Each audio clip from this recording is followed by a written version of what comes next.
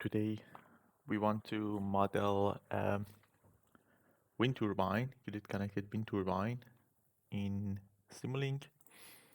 So first we need a wind turbine here after opening a blank space. So just uh, search wind turbine, and here we have a couple of options. So here we can use this wind turbine induction generator phasor type. When it say that is a phasor type, when you insert the power GUI, always power GUI should be here for power system simulations.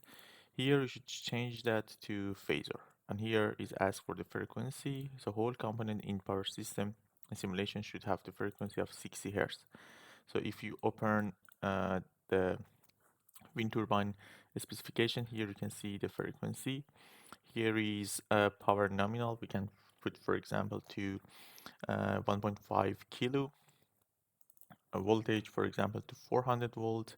We can keep all uh, here same values. If you go for the turbine, here the generator is 1.5 kilo. So turbine also should be same, 1.5 kilo. We can keep everything same here and click OK.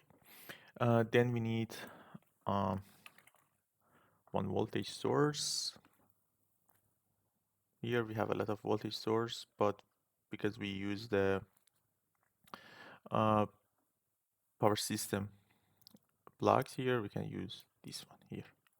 So we connect phase A, B, and C here. And for and here we need a ground. So here you can find the ground here.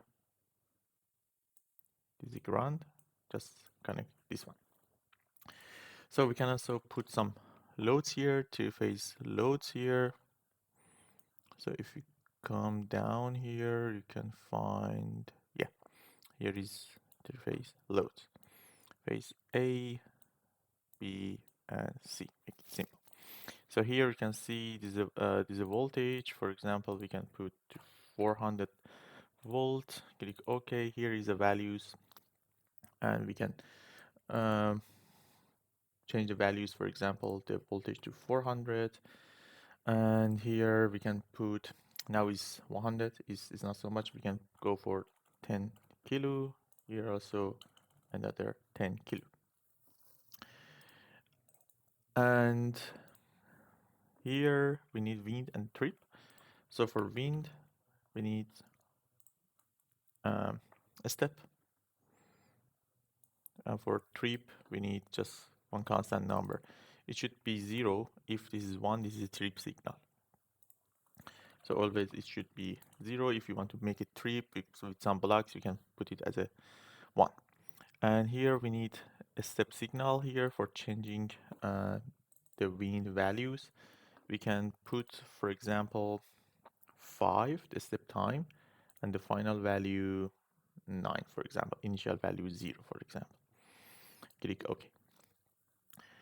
To see the output of the wind turbine, we need one bus selector.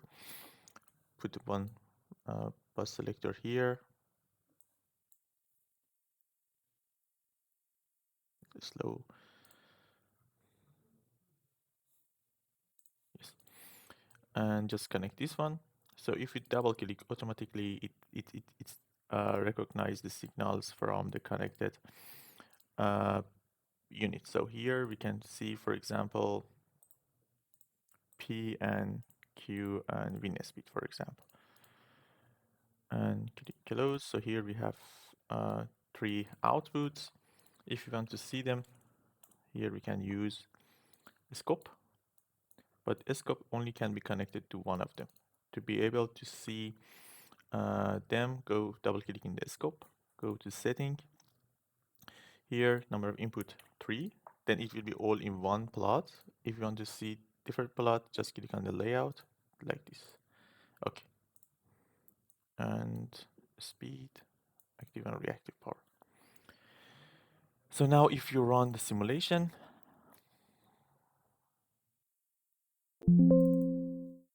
here you can see So when the speed is rotating speed in per unit, Q and P in per unit, you can see that initially when we don't have, this is transient, we can ignore them, but initially when we don't have any wind, so you can see is 0, then it go to some values for the active and reactive power. So it's on per unit, so for sure it's less than 1, it's around 1 per unit. This one is minus because it's injecting.